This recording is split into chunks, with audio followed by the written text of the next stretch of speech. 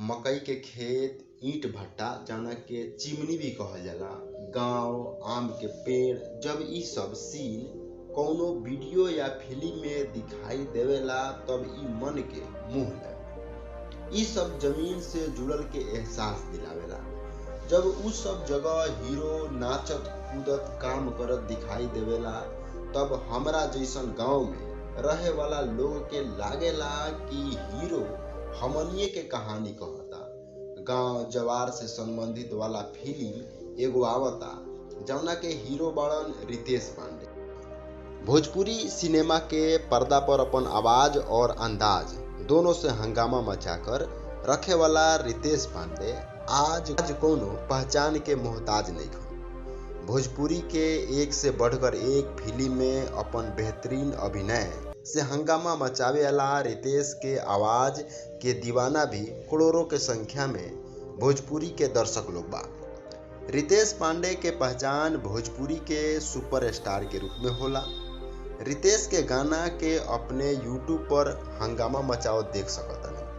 अब दर्शक लोग के रितेश के पर्दा पर रोमांस फरमावत एक बार फिर देखे के मिली। वर्ल्ड वाइड चैनल और निर्माता रत्नाकर कुमार के फिल्म आसरा के ट्रेलर रिलीज हो गईल बा। वर्ल्ड वाइड रिकॉर्ड भोजपुरी के ऑफिशियल यूट्यूब चैनल से रिलीज कईल गईल बा, जो रिलीज के साथ ही तेजी से वायरल हो रहल बा। फिल्म के ट्रेलर दर्शक लोग के खासा पसंद आ रहल बा, काहे कि इ फिल्म में लंबा समय के बाद गांव के माटी के सौंधी खुशबू उभर के सामने आइल बा।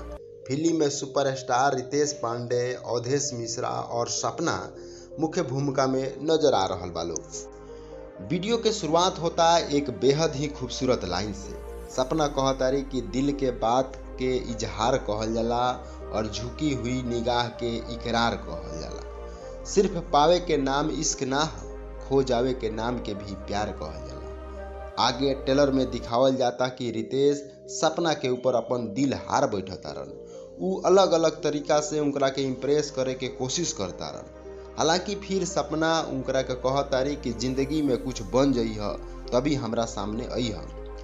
अपना करियर संवारे रितेश निकल जातारन, लेकिन फिर तभी सपना के जबरदस्ती शादी होके लागता, जवना के बाद फिर रितेश आवतारन और उनकर एक्शन अवतार देखे के मिलता। बहरहाल अभी तक मेकर्स लोग फिल्म के रिलीज डेट नइखे बतैले। अपने के बता दी कि इ फिल्म के राइटर बड़न राकेश त्रिपाठी और इ म्यूजिक देले बड़न रजनीश मिश्रा और संजन मिश्रा, शुभम तिवारी। एकर जौन प्रोड्यूसर बड़न रत्नाकर कुमार बड़न और डायरेक्टर अनुजय रघुराज बड़न और को प्रोड्यूसर बड़न निवेदिता कुमार। और एकर बात बता दी कि एमे के काम कइले बा। स्टार कास्ट के बात एमे रितेश पांडे बड़न, सपना चौहान बाड़ी, नेहा पाठक और अवधेश मिश्रा बड़न, मनोज टाइगर बड़न, अनीता रावत, साहिल सिद्दीकी, महेश आचार्य, संदीप, इ लोग काम कइले बाटे। और लिरिक्स जौन बाटे रजनीश मिश्रा के बा, आशुतोष तिवारी के बा और शुभम सिग्रीवाल जी के बा। तो इ वीडियो अपने लगन के कैसन लागल? अगर अच्छा लागल ह तो हमर इ वीडियो के लाइक करी और चैनल के सब्सक्राइब भी करी।